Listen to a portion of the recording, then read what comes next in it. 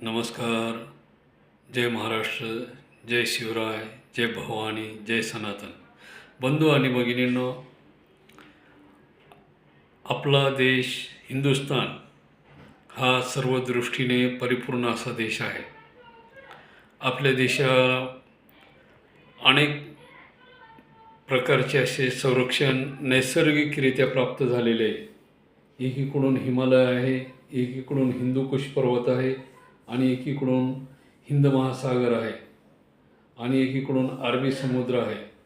म्हणजे दोन्ही बाजूने समुद्र आहे आणि दोन बाजूने पहाड आहे, पर्वत आहे.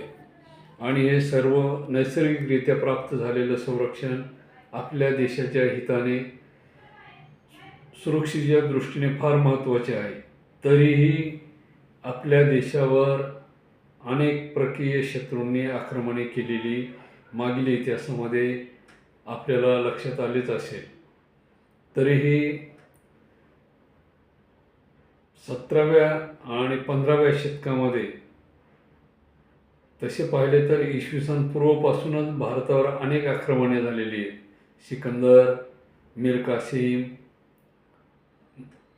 बख्तियार खिलजी, महम्मद घोरी, महम्मद गजनी असे अनेक आक्रमणे आपल्या भारतावर झाली. आणि त्यानंतर 16व्या शतकाच्या उत्तरार्धामध्ये इंग्रज, पोर्तुगीज, डच, स्पॅनिश या सर्वांनी म्हणजे छत्रपती शिवाजी महाराजांच्या काळामध्ये भारतामध्ये तब्बल 9 शत्रू परकीय होते आणि या परकीय 9 शत्रूशी झुंज देता देता छत्रपतींना आपल्या स्वकीयाबरोबर 2 हात करावे लागलेत.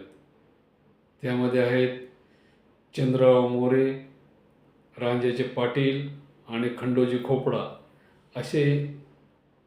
आणि अकबराच्या आणि औरंगजेबाच्या दरबारामध्ये काम करणारे मिर्झाराजे जयसिंग असतील अशांना सुद्धा छत्रपतींनी सामना केला. याच काळामध्ये मुघल यांनी जो खजाना महाराष्ट्रातून भारतातून लुटून नेण्याचा प्रयत्न केला होता तो सुरतेचा जो भाग आहे तो मुघलाच्या ताब्यात होता आणि त्या ठिकाणी छत्रपतींनी हल्ला करून सुरतेमधून मुघलांनी लुटून नेलेला महाराष्ट्रातील खजिना परत स्वराज्यामध्ये आणला. म्हणजे ती स्वतःची हक्काची मालकीची संपत्ती त्यांनी आपल्या महाराष्ट्रामध्ये स्वराज्यामध्ये आणली. आणि त्याच काळामध्ये इंग्रजांनी औरंगजेबाला सपोर्ट केला होता की बाबा आम्ही तुम्हाला सपोर्ट करतो शिवाजीराजांना संपवण्यासाठी. आणि हे ज्यावेळेस लक्षात आलं त्यावेळेस छत्रपतींनी इंग्रजाची सुद्धा वसाहत ताब्यात घेतली आणि तिथला सुद्धा माल खजिना भारतामध्ये महाराष्ट्रामध्ये स्वराज्यामध्ये परत आणला. आणि त्यांना ठणकावून सांगितले, तुम्ही आमच्या राज्यामध्ये ढवळाढवळ करायची नाही. व्यापारी म्हणून आलात, व्यापारच करा. जर राजकारणामध्ये शिराल तर तुम्हाला नेस्तनाबूत करू. आणि याच धर्तीवर छत्रपतींनी राबवलेल्या या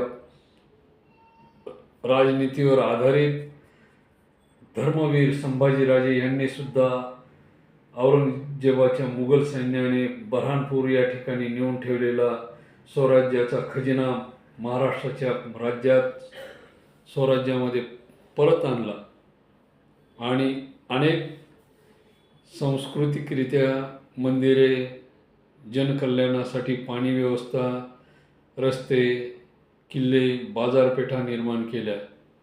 आणि मी मागील व्हिडिओमध्ये तुम्हाला सांगितलेच आहे की कसे परकीयांनी आपल्या देशातून लूट करून साहित्य नेले. इंग्रजांना जहाजेसुद्धा अपुरी पडू लागली होती.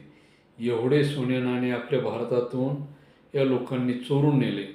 ही चोरून नेऊ नये म्हणून मी मागील व्हिडिओमध्ये सरकारला विनंती केली की त्यांनी आपल्या देशातील पैसा आपल्याच जनकल्याणासाठी वापरण्यात यावा. जेणेकरून अनेक सुविधा त्यांना मिळतील. दवाखाने असतील, रस्ते असतील, महामार्ग असतील, महानगर असतील, विकसित प्रमाणात करावेत. आणि तसेच गरीब शेतकऱ्यांना बी बियाणासाठी छत्रपतींनी राबवलेली जी योजना होती की बियाणे द्या आणि पीक कमवा, आणि त्याच पद्धतीचं आज सरकारने व्यवस्था करायला पाहिजे. गरीब शेतकऱ्यांच्या मालांना भाव दिला पाहिजे, जेणेकरून गरीब शेतकऱ्यांच्या आत्महत्या होणार नाहीत आणि त्यांना बी बियाणे हे मोफत देण्यात यावे. खत जे आहे रासायनिक, त्या रासायनिक खताला बंदी घालण्यात यावी, जेणेकरून आपल्या जमिनीचे नुकसान होत आहे. ते एक प्रकारचे रासायनिक बॉम्ब आहेत. जर भविष्यामध्ये जमिनीवर कुठल्या प्रकारची आग लागली तर जमीन पेटू शकते.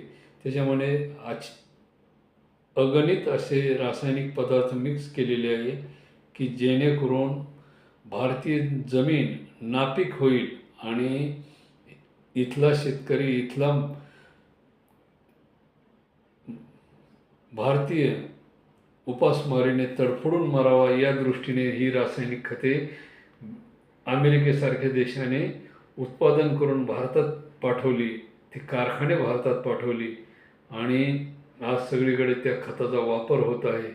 म्हणजे संस्कृती नष्ट करण्याबरोबरच त्याचा जो पाया आहे शेतजमीन, तीच नष्ट करून टाकायची. म्हणजे संस्कृती ऑटोमॅटिक नष्ट होऊन जाईल.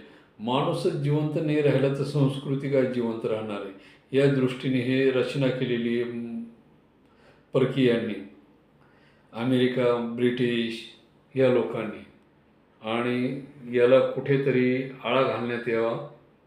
आणि मागील व्हिडिओमध्ये मी सांगितल्याप्रमाणे ही संपत्ती देशाची आहे, देशाच्या कारणी लागावी, जेणेकरून भविष्यात मागीलसारखा पुनर्इतिहास घडू नये, परकीयांनी परत भारतावर आक्रमण करू नये आणि भारतीय संस्कृती, मंदिरे जी आहेत ती नष्ट होऊ नये आणि इथला पैसा विदेशात जाऊ नये. आणि मुख्यत्वे करून इस्कॉनची मंदिरे जी अमेरिकेची आहेत ती भारताने आपल्या ताब्यात घ्यावीत. त्या इस्कॉनमधील मंदिरातील सर्व पैसा भारतीयांचा आहे, तो भारतीयांच्या उपयोगात आला पाहिजे. कृपया याची सरकारने नोंद घ्यावी. जय हिंद, जय महाराष्ट्र, जय सनातन.